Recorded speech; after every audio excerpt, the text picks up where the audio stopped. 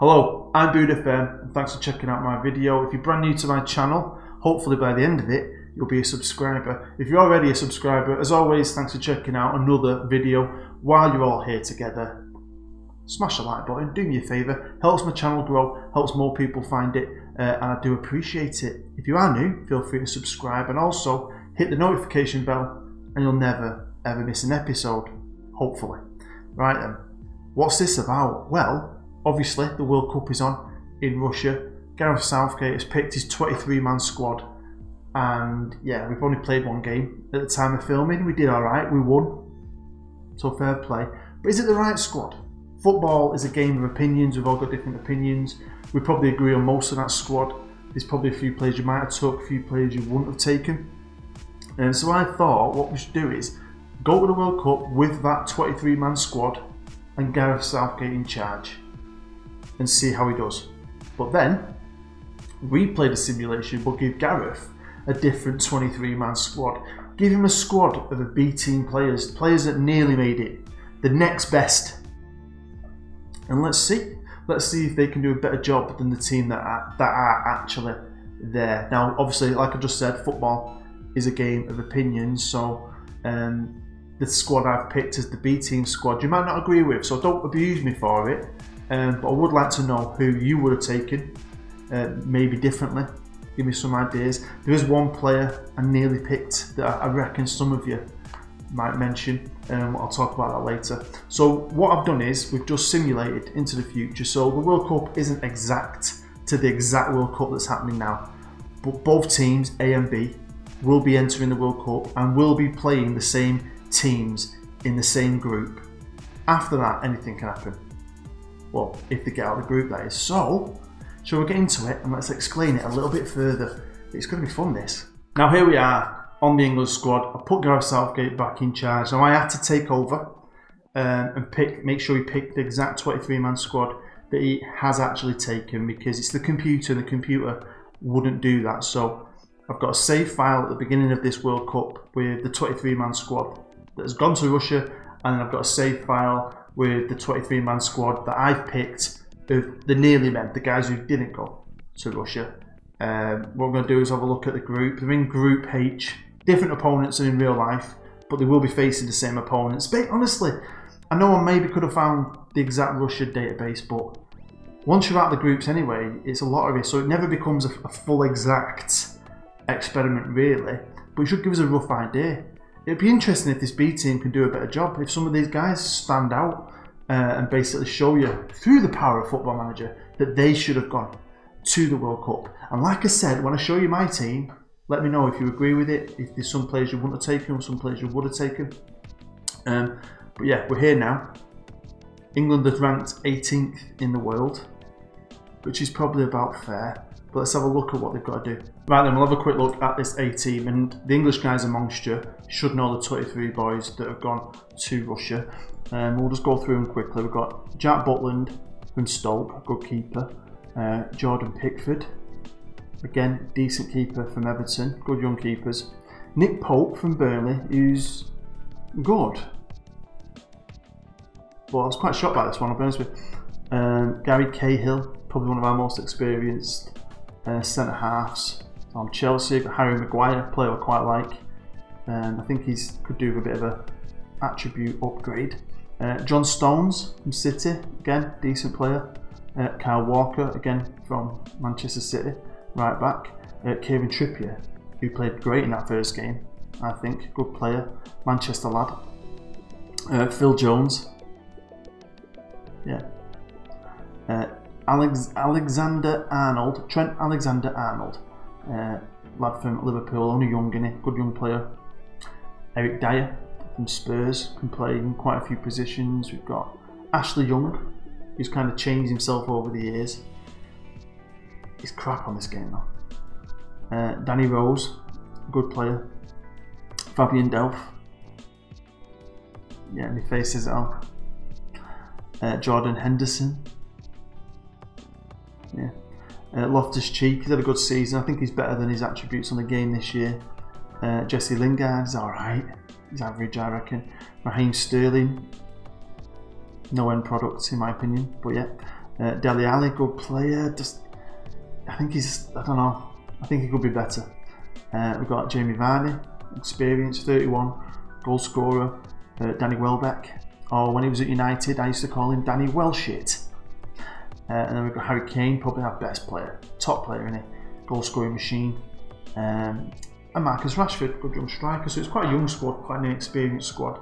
It's going to be interesting to see how well they actually do in real life in Russia. So we're going to have to see how these guys do, but we're going to compare them game by game. Well, who are they up against? Who have I picked in the B team? Well, here it is. Now again, it is a game of opinions. We all have different ideas. And have a look for yourself. Go on the game, search for only English players, and try and pick a 23-man squad without picking anyone that's actually gone to the World Cup. Some of the choices are easy, some of them you're struggling, I think. There is one player you might notice straight away I'm not picked, and that's Theo Walcott. I nearly did. He was my 24th player, so I didn't pick him. So sorry if you're an Everton fan. But let's go through the team I did pick.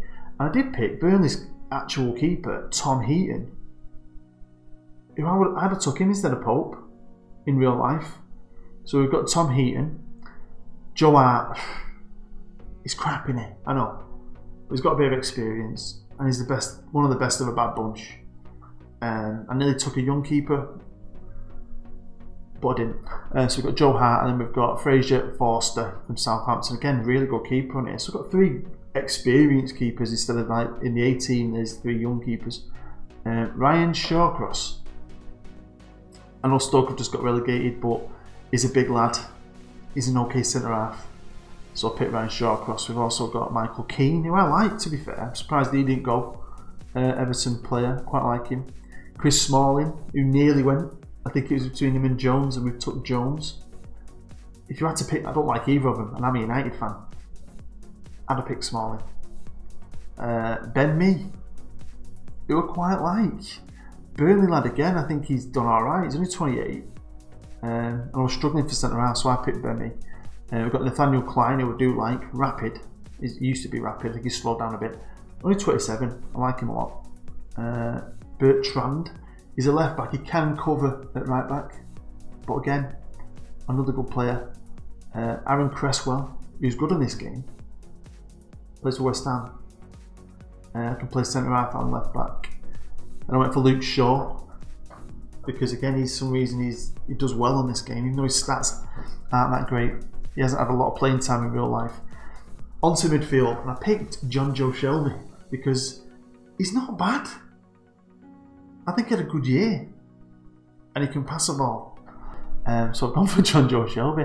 We've got Harry Winks, a bit of youth. I think he's got a potential to be a good player. So I picked Winksy. Danny Drinkwater. I mean, he played for Chelsea, for God's sake. He's a champion. 28. Not a bad midfielder. Jack Wilshere, he was a nearly man, he nearly went. Again, another player that's on his day pretty good. So we've got Jack Wilshere. Ross Barkley, now at Chelsea, a player that's promised a lot but not really done it yet. But he's a good young player. Adam Lallana, now the computer picks him all the time for the squad.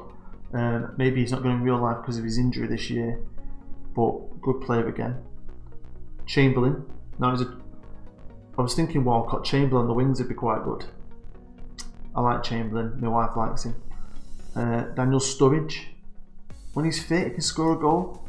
He scored 8 goals in 25 games for England. Troy Deeney, I mean, he's a decent, look at his stats. Look how many greens he's got. He'll graft. We've gone for Danny Ings, because when he's fit, this kid can score goals, and he's still only 25, even though he looks like he's 35. Callum Wilson, bit of pace. He's not bad at scoring goals, plays for Bournemouth. And last I nearly went for Andy Carroll, but I thought, do you know what, I'm going to go for Charlie Austin, because he can finish. So yeah, there's still a few players I've missed. Andy Carroll, Theo Walcott, and I'd be interested to see who you would choose in a B team, because honestly it's harder than you think, but it also kind of shows you we've got quite a bit of strength in depth really, because that isn't a bad squad, is it? I won't be happy with it, but that's not a bad team. So who's going to win this? Now you've seen the teams, Who's going to win? Who's going to get the furthest in the World Cup? We're going to find out game by game. Let's do it. So first up, we're with the A team, and they played Switzerland in Group H, and they beat Switzerland 2-0. Goal from Harry Kane in the 14th minute, and yeah, they got an own goal as well by possibly one of their best players. Gutted. It's quite close. They had more of the ball, Switzerland. England had a couple more chances, so it's probably closer than it looks. Harry Kane's standout performance, got man of the match. Quite a few sevens. So, you know, job done in the first game. How did the B team do?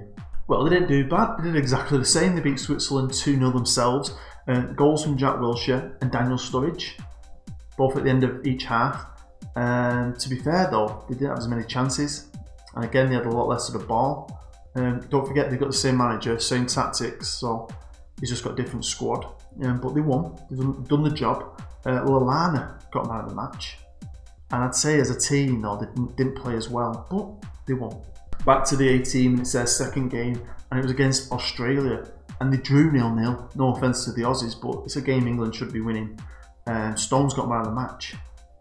And if you look at the stats, Australia dominated the possession, so I don't know if Gareth Southgate's tactic isn't really possession based on this game, but they dominated in chances, but only had 3 on target out of 14 shots. Harry Kane played okay. Everyone else played pretty crap, apart from Stones, who looks like he probably saved the day. But on to the B team, and they've done one better, so they're actually in the lead at the minute. They beat the Aussies 2-1, and again, 10% less of the ball, but they both had 7 chances on goal, both had 4 shots on target, and the Aussies got one in the 24th minute, so they were in the lead until the 70th minute when Chris Smalling scored, and Callum Wilson got the winner in the 90th minute, so a bit of drama for the B team. Harry Winks, the kid, fair play to the little lad, he got man of the match. Back to the A team, and when they played Brazil in their final group game of Group H, they got beat by the Brazilians 2-1. Lingard scored in the 47th minute, and then in the last 5 minutes, Brazil got 2 goals, nicking the game. Yeah, a game that they dominated really, probably deserved it.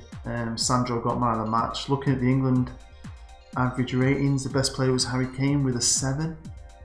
Lingard came on and looked like he did a good job. That's disappointing.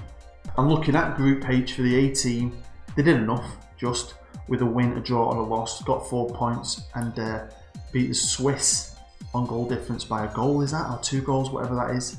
They just about got through anyway. So it's not the best showing so far. So if you did pick the A team and you're looking at the B team, you're starting to doubt. Are you starting to doubt? How did the B team do against the Brazilians? Well, they only bloody won. The B teams beat the Brazilians 2-1. Goals from Callum Wilson and a 95-minute winner. Bloody hell, some injury time there by Aaron Cresswell. Roberto Firmino scored one for them in the 20th minute. So they took the lead, and then England nicked it back at the end. A game that they got battered. Possession-wise, it's quite even, isn't it? But the Brazilians had way more chances. Cresswell got man of the match. Wilson played fantastic as well. The rest of them didn't do too well. Heaton had a good game. He probably needed to with all them chances on him. So that's 3 wins out of 3 for the B team. They're sending a message to Gareth Southgate here. That's crazy. Are they going to go on and win it? Are they going to beat the A team? Are you questioning? Are you questioning what you thought? Let's have a look at the group. Well, as you know, they won all 3 games. Them and the Brazilians have gone through. I can't believe that. I'm not saying because they're poorer players, they're still good players.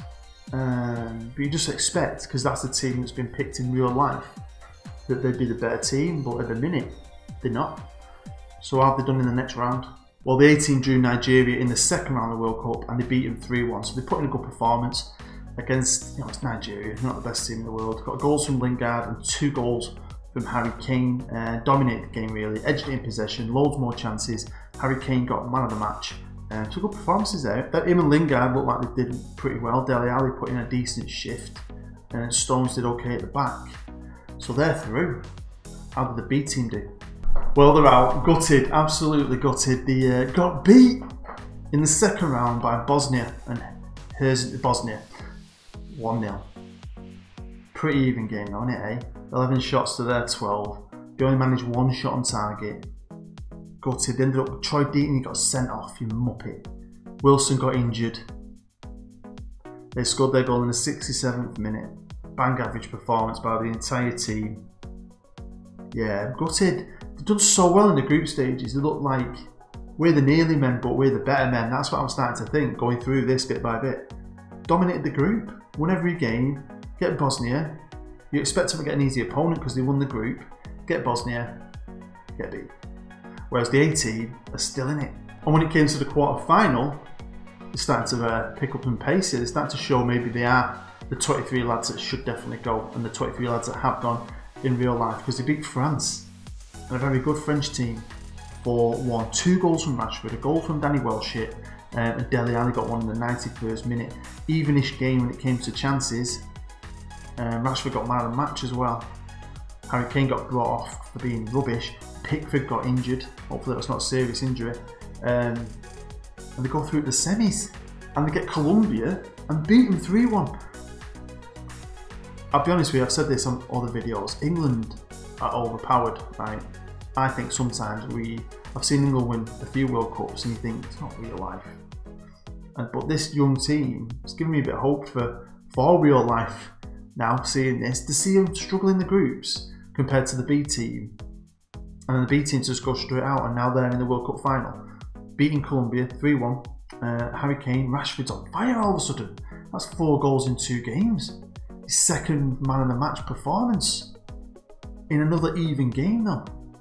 That's cool, man. They did get down 10 men though, didn't they? Yeah. They were struggling, Colombia. But who have England now got in the final? Well, they've got Brazil, the team that beat them. The only team that's beat them in the World Cup so far in 6 games, 2-1 in the group stages. The B team beat them. The A team couldn't, and now they've got them in the final. I've clicked it to a 10 because I'm going to watch it. I'm not going to bore you with the highlights. I'm just going to show you what happens. Well, there you go. It wasn't great viewing as an England fan. They were pretty crap. I'm glad I didn't show it you. Yeah, they got beat 2-0. Goals from Firmino and Jesus. As a Man United fan, to see a Scouser and a City player score was heartbreaking. I'll be honest with you, but yeah, Brazil had loads of chances, dominated the ball, dominated it. England did deserve to win, but they got to the final, and I didn't expect that after seeing what they did in the group stages. I am well interested to see how many of you picked A or B, and I'm interested to see what players you would take as well. I love this kind of stuff, so hopefully you'll get involved down below. So I think as an England fan, getting to a World Cup final, I think I'd rather get out in the semis than get beat in the final. I bet that's heartbreaking, getting beat in the final. I'd be devastated. But yeah, the squad did okay. They got there. Harry Kane, best player, followed by Rashford. 11 goals between them, pretty good. Kyle Walker had a good tournament. You've got Dele Alli, Stones. Pretty impressed. Arnold did fantastic as well, didn't he? Danny Rose as well. Who are the disappointing ones? I say Delphin Jones. Not surprised. But yeah, hopefully you enjoyed that video. If you did enjoy it, smash the like button. If you are brand new to my channel, feel free to subscribe. And don't forget, hit the notification bell. You'll never miss an episode. Go and check out all my other content. I've got Let's Play series based in America, and I've got loads of random videos out. Loads more random videos coming out. I've got another World Cup race soon, so yeah, check that out. And yeah, just as always, thanks for watching. I really do appreciate it. I've been booed. You've been great. Get involved in the comments. I'll see you next time.